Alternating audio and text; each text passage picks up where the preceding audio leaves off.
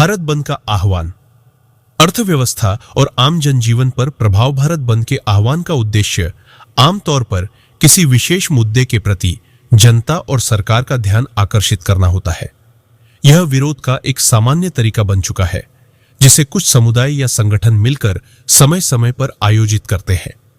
हालांकि भारत बंद के पीछे की मंशा किसी मुद्दे को लेकर संघर्ष और न्याय की मांग हो सकती है, लेकिन इसका व्यापक असर देश की अर्थव्यवस्था और समाज के कमजोर वर्गों पर पड़ता है। अर्थव्यवस्था पर प्रभाव। भारत एक तेजी से विकसित हो रही अर्थव्यवस्था है, जहां हर एक दिन का व्यापार और उत्पादन महत्वपूर्ण होता है। भारत बंद जैसे आयोजन से पूरे देश में या किसी विशेष क्षेत्र में व्यापारिक गतिविधियां ठप हो जाती है।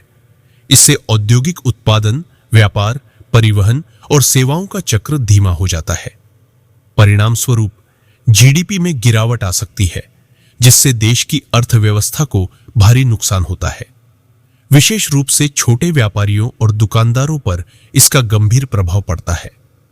वे लोग जो अपने व्यवसाय से दिन प्रतिदिन का खर्च निकालते हैं, उनके लिए एक दिन का बंद जीवनयापन पर भारी बोझ डालता है।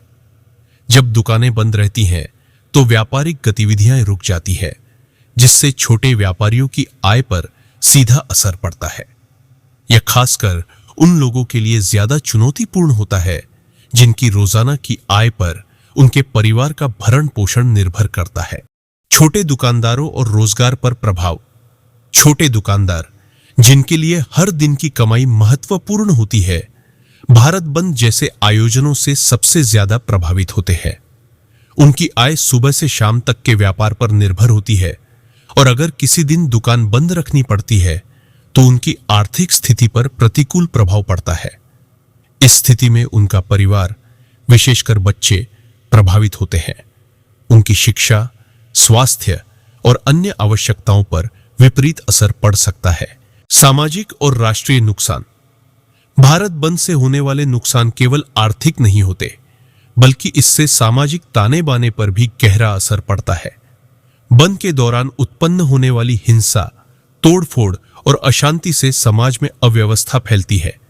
इसके अलावा बंद के कारण देश की छवि भी धूमिल होती है। निवेशक और अंतर्राष्ट्रीय कंपनियां जब यह देखती है कि यहां बार बार बंद जैसी गतिविधियां हो रही है, तो वे निवेश करने से हिचकिचाती हैं, जिससे देश का आर्थिक विकास प्रभावित होता है।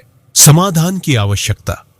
भारत जैसे लोकतांत्रिक देश में अपने विचार व्यक्त करना और विरोध करना सबका अधिकार है, लेकिन इसके लिए शांतिपूर्ण और रचनात्मक तरीकों का इस्तेमाल होना चाहिए। भारत बंद जैसे आयोजनों से देश की अर्थव्यवस्था और समाज को होने वाले नुकसान को देखते हुए यह जरूरी है कि समस्याओं का समाधान संवाद और आपसी सहमति से निकाला जाए। इससे न केवल समाज में शांति और स्थिरता बनी रहेगी, बल्कि आर्थिक रूप से कमजोर वर्गों को भी किसी प्रकार की कठिनाई का सामना नहीं करना पड़ेगा। निष्कर्ष।